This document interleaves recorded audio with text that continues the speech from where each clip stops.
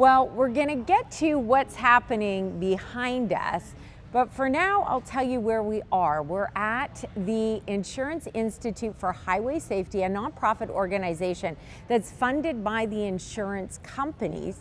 And this is the work that they do to help prevent crashes and injuries. So this is an all-new CX-5. It has been in the marketplace for a few months, but the IIHS is running a test on it to see how it fares in their frontal offset crash. We will show you the footage in a moment. It is quite a scene to see in real life. It's the first time Andrew and I have ever seen a crash test in real life. This is an amazing facility. Yes. It started in 1959, but it wasn't until the late 80s, early 90s where they actually started doing these crashes and publicizing them. And that's how we got awareness, was putting them out into the public now on places like YouTube, and people see what happens in a crash, and it can be pretty or ugly. Yeah, for sure. Now, Mazda has quite a compelling story to tell when it comes to safety. Since 2008, Mazda has been awarded 99 awards from IIHS, and 73 of those awards are Top Safety Plus picks. In 2026, they have been awarded 8 Top Safety Pick Plus awards for 8 vehicles in their fleet. That is pretty impressive, from small to larger. Okay, so this one, they crashed it today.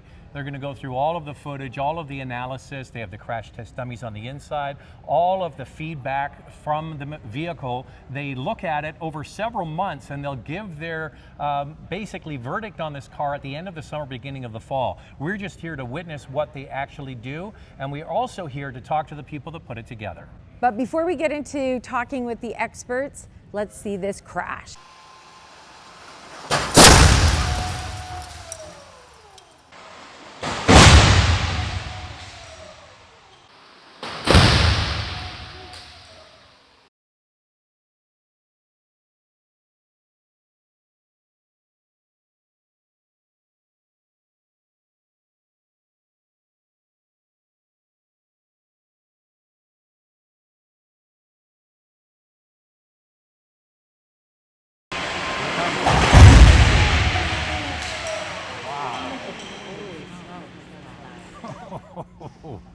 What a noise. The poor CX-5, look at it.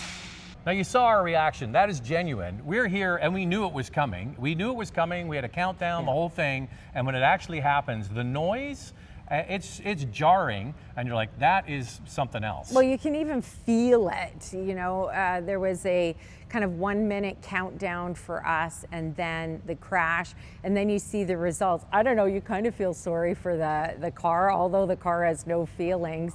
It's a good looking car. All right, so let's get into how this all comes together. Yeah. Question about the speed that you use, 40 miles per hour, 65 kilometers per hour. Why not something faster? We do faster speeds on the highway. It goes back to the real world data. When we look at the real world data, we know the severity of crashes that people are getting in, what types of crash speeds they're getting injured in, and 40 miles per hour is a good representation of where we see a lot of serious injuries in the real world data. And so we wanted to push the automakers to make sure that they're protecting occupants at that 40 mile per hour speed. Our safety philosophy at Mazda, some people are surprised to find out that we don't build our vehicles just in reaction to regulations or ratings. We're also studying trends in crashes, in real world crashes, and studying things like side impact test with the new CX-5 and front tests, and seeing where people are most injured. And we develop our own philosophies from that. Our philosophy is really to have 0 fatalities in new Mazda vehicles by 2040. And in order to get to that goal, we have to improve our overall vehicle safety, both in crash avoidance and in occupant protection in the side impact vehicle behind us. Many manufacturers are putting many functions into screens now. Yes. Less buttons and knobs are available. Yeah. And some people feel like that's a real distraction. Do you find that that will have an impact on drivers and safety? Anything that can pull the driver's attention away from the forward roadway and away from the driving task is certainly a concern. It's an area that we're focused on. thinking about our future direction for our consumer ratings programs, distraction is a large problem in crashes, and we announced last fall that we're going to be introducing ratings in systems that promote safe driving, and distraction is one of those. So the new CX-5 does have a large touchscreen. It's a new thing that we've added to the vehicle. When we updated the electrical architecture of the new CX-5, we had the opportunity to bring in a whole host of new technologies, one being a large interactive touchscreen. We've found that that's really the trend of the industry, and it's more intuitive for many people to be able to quickly get to where they need to in the controls. We also pair that with a heads-up display. So you're still getting your eyes on the road and able to keep your focus forward. But yes, we have added the touchscreen. There's a lot of discussion around it, but we feel it is the more intuitive thing, as people are so used to doing the same thing with their iPhones. They see a screen and they want to touch it, and they can do so quickly once they become acclimated to the touchscreen. Because of the Institute's work that they're doing, is it lifting all boats? Are all manufacturers getting better? That's a really important component of our consumer information program. Is we set out a benchmark. We say this is what you need to do to get a good rating. We're not doing comparative ratings in pitting one against the other, but rather saying, you know, if you meet these requirements, then you'll get a good rating too. And what that does is it encourages all the automakers to improve safety in their vehicles. And once everybody gets to that good rating that we're looking for, then we raise the bar and introduce an even harder test. So one of the best parts about a consumer information program is not just that it gives consumers about the relative safety of vehicles, but it increases the level of safety for the entire fleet. So safety and affordability do not have to be opposing forces.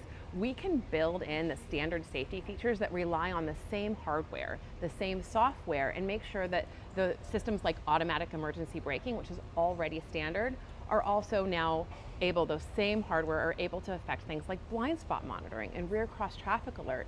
It's the same hardware, it's not really an additional cost to make sure all of those technologies are offered as standard equipment on all the vehicles we sell. That's something internally we've really had to push for, and we're able to successfully tell that story to our product planning team so that they started building in things like the blind spot monitoring and the rear cross traffic alert, which has also helped Mazda get the highest rating from Consumer Reports.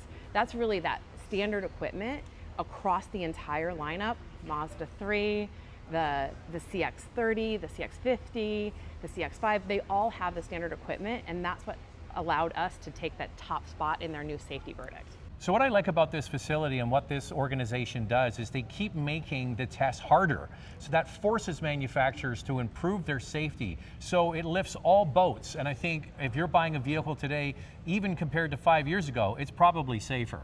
And you heard all about Mazda's philosophy when it comes to safety, but also the new CX-5 and all of the added safety features that are offered. Another thing that I like in particular about the Mazda brand is that it doesn't matter if you go for a smaller vehicle or a larger vehicle, they have standard safety features available no matter the price, because it shouldn't be about price point and getting a more expensive vehicle to feel safe in the vehicle that you own. So this is a once in a lifetime kind of thing, getting to be here in Virginia, getting to witness this in real life, getting to see what actually happens. We're not allowed to speculate on the results. They have to go through all the data. Although we can't speculate, we do look forward to seeing what the results are, and Mazda is hoping for a 9th Top Safety Pick Plus award from IIHS for the all-new Mazda CX-5. Okay, so you have a nice new white CX-5 going to go down the ramp